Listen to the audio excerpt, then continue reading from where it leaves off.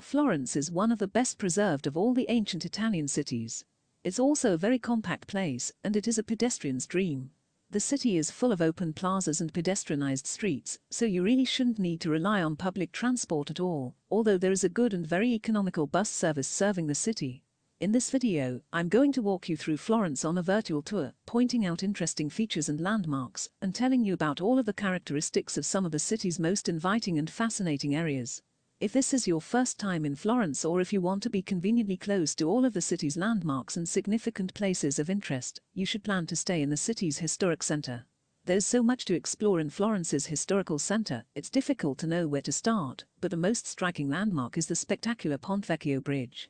If you want to stay in a central spot in Florence but fancy being just a little way out of the historic center, then all you need to do is step across the river to the nearby neighborhoods of Oltrarno, Santo Spirito and San Frediano. The three areas are so central that you can easily explore all the major sites of this UNESCO World Heritage Site on foot.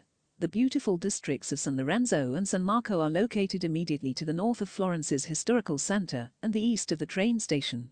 Once upon a time, these areas were quite downmarket, but in common with most European cities, they have been revitalized and gentrified as people move back into the city.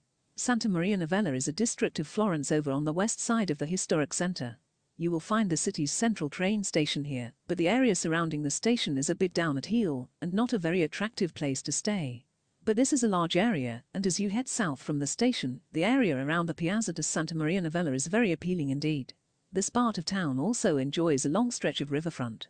Piazza Michelangelo is an area of Florence that lies to the south of the River Arno, and just to the Palazzo Pitti's east. The neighboring district of San Niccolò spreads out to the east and south up into leafy hillside, with spectacular views of the historic center of Florence. These two neighborhoods of Florence, Boboli and San Miniato al Monte, are on the south side of the Arno River, but are effectively part of the historic center. They are predominantly wealthy residential neighborhoods that immediately surround the spectacular Palazzo Pitti and the Giordano Boboli. Santissima Annunziata is the part of Florence that spreads out to the northeast of the historic center. There is plenty of historical interest in this part of town, including the Galleria dell'Accademia, which houses what is probably the world's most famous sculpture, Michelangelo's David. The center of this area is a lovely old plaza packed with spectacularly ornate Renaissance buildings. If the historic center is the heart of Florence, then the small area around the iconic Ponte Vecchio Bridge is the center of the heart. I guess you'd call it Florence's epicenter. If you stay around here, then you'll be surrounded by an almost daunting number of spectacular old squares, historic buildings, and galleries. To the south of the river, these include the Church of Santo Spirito, the Palazzo Pitti with the beautiful Boboli Gardens next door. Santa Croce is the area immediately surrounding the piazza of the Basilica of Santa Croce. This striking building houses the graves of Renaissance greats like Michelangelo, Rossini, and Galileo. This area is so close to the center of Florence that many people classify it as a part of the historic center, even though it is beside the Arno River to the east. Sant'Ambrogio is an area of eastern Florence surrounding, and named after, the Church of Sant'Ambrogio. This part of the city is home to the University of Florence. Because of this, it's an excellent place for budget travelers to head.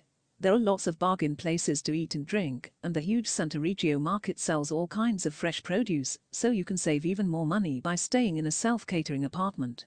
If you really aren't a city person, and you're only happy when surrounded by the countryside, then you can still enjoy Florence on day trips from outside the city. Florence sits in a basin surrounded by the Florence Hills, which feature fabulous countryside and some beautiful little towns and villages. Here you can surround yourself with fields of olives and grapes, and sample spectacular local wines and produce in homely village restaurants. This historic district in Florence, Duomo, is rightly a neighborhood where tourists look for accommodation to be close to its many landmarks. Some of the best examples of Renaissance art anywhere hang in the Museo Nazionale del Bargello. Battistero di San Giovanni is a most impressive piece of architecture, and on it goes. Even though this Piazza della Signoria is extremely attractive to tourists, it retains the character it has had for centuries. The cobbled streets remain as they were originally laid. They alone give you a feeling of stepping back in time, even if you find yourself in crowds. This Piazza della Repubblica was formerly the very center of the city's economic and cultural life. That dates back to the Middle Ages, but some of its beautiful buildings were destroyed in the 18th century. The plan was to open up the area, but the result you see today is that only a small part of the original piazza remains. It was only as Florence expanded in the 19th century that Navoli became part of the city. It remains suburban in contrast to the hectic life that Florence in general offers. you will still find some historic landmarks, notably two churches. Donato in Polverosa and Santa Maria Novella both date back to the Renaissance.